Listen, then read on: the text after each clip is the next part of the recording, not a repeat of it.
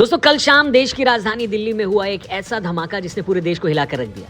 ये घटना शाम को करीब 6:52 से 7 बजे के बीच हुई। विस्फोट एक कार में हुआ जो लाल किला मेट्रो स्टेशन के बाहरी इलाके ट्रैफिक सिग्नल के पास वो कार आकर रुकी और कार के पास कई व्हीकल्स जो थे वो जल गए, जिसमें 6 कारें, 2 से 3 ऑटो या ई रिक्शा भी प्रभावित हुए।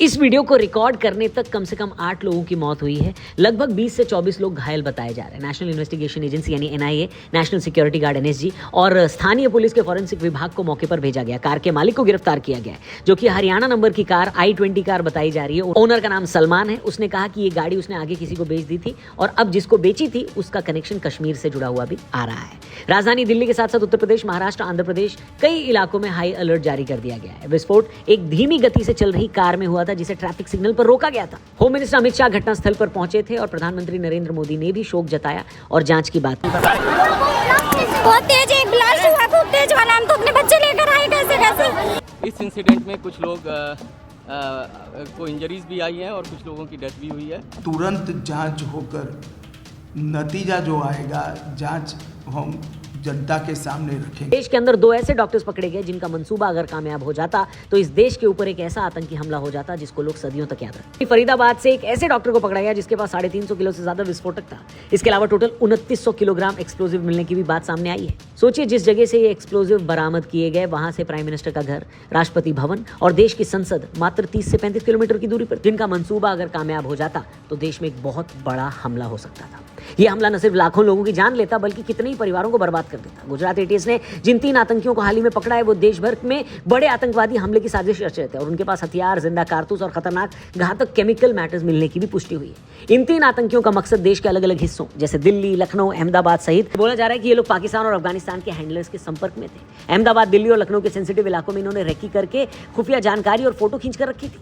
जांच में पता चला कि इनका मुख्य मकसद राइसिन जैसा विषैला पदार्थ जिसकी मदद से एक केमिकल आतंकी हमला करने का था।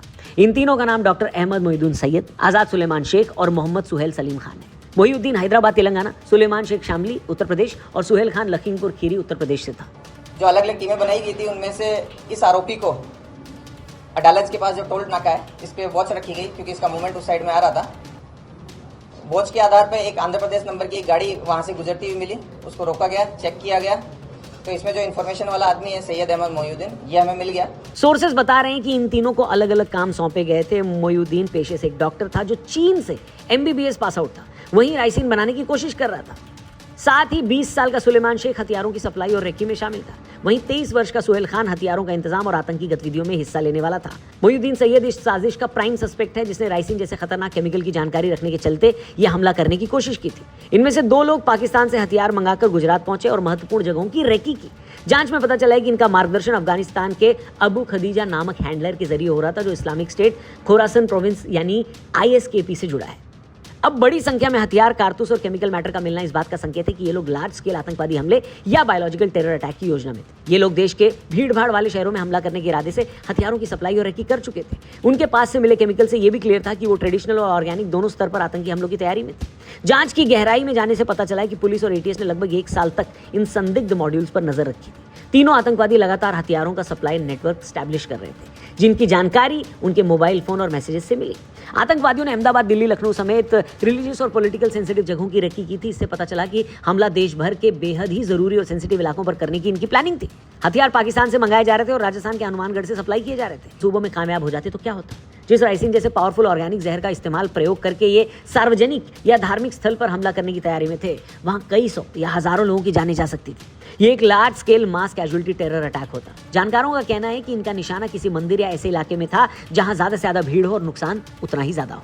तो दोस्तों, एक तरफ जहां ये खुलासा हो रहा था वहीं फरीदाबाद में भी एक ऐसा केस सामने आया जिसने सबके होश उड़ा दिए। Meanwhile, India security forces busted a terror cell today. They seized nearly 3 tons of explosive material, which is enough to wipe out entire neighborhood blocks. Recoveries in Delhi terror bust. A Chinese pistol with a magazine has been retrieved. 2,900 kilograms of IED making materials found by the police. Space information coming in. Doctors in interrogation have revealed that they were chosen for the task because nobody would have suspected doctors as far as The region is concerned. 300 kilogram से ज्यादा ammonium nitrate विस्फोटक और 2 assault राइफलें बरामद की। Adil Ahmad rather को गिरफ्तार किया गया था, जो श्रीनगर में JEM यानी जैश ए मोहम्मद के पोस्टर चिपकाने के आरोप में था। डॉक्टर आदिल अहमद रदर की पूछताछ के दौरान मिली जानकारी के आधार पर पुलिस ने फरीदाबाद में विस्फोटक और हथियारों का जखीरा खोज निकाला। पुलवामा जम्मू कश्मीर का रहने वाला है और फरीदाबाद के एक हॉस्पिटल में काम कर रहा है। फरीदाबाद के पुलिस कमिश्नर ने बताया कि विस्फोटकों के साथ टाइमर भी बरामद हुए। बरामद असॉल्ट राइफलें बेहद खतरनाक थी। डॉक्टर आदिल अहमद रदर पहले गवर्नमेंट मेडिकल कॉलेज अनंतनाग में काम करता था, वहां पर भी उसके लॉकर से असॉल्ट राइफल बरामद हुई थी। बड़ी मात्रा में विस्फोटक राजधानी के नजदीक मिलने से सवाल उठता है कि मकसद क्या था और इसे बिना पकड़े कैसे यहाँ लाया गया। हिसाब से समझदार भी हैं, तो इस तरह की आतंकी सोच की क्या वजह? बायोलॉजी का असर हो जाए तो वही तेज दिमाग गलत दिशा में भी जा सकता है। ये वही जहर है जो धीरे धीरे इंसान की सोच को खा जाता है, इंसान को इतना अंधा बना देता है कि उसे अपने काम, अपने देश या अपनी इंसानियत की कोई परवाह नहीं रहती, भी देता है। ये कैसी सोच है दोस्तों कि पता चलेगा सच क्या है, झूठ क्या है। लेकिन जो डॉट्स कनेक्ट हो रहे हैं वो ये कहा जा रहा है कि Hyundai i20 जिसमें ये ब्लास्ट हुआ है दिल्ली में लाल किले के सामने, उसका ओरिजिनल ओनर था मोहम्मद सलमान, लेकिन उसने इस कार को नदीम को बेच दिया। बाद में नदीम ने भी ये कार एक डीलर को बेच दी जो फरीदाबाद का था, और एंड में इस कार को खरीदा तारिक ने।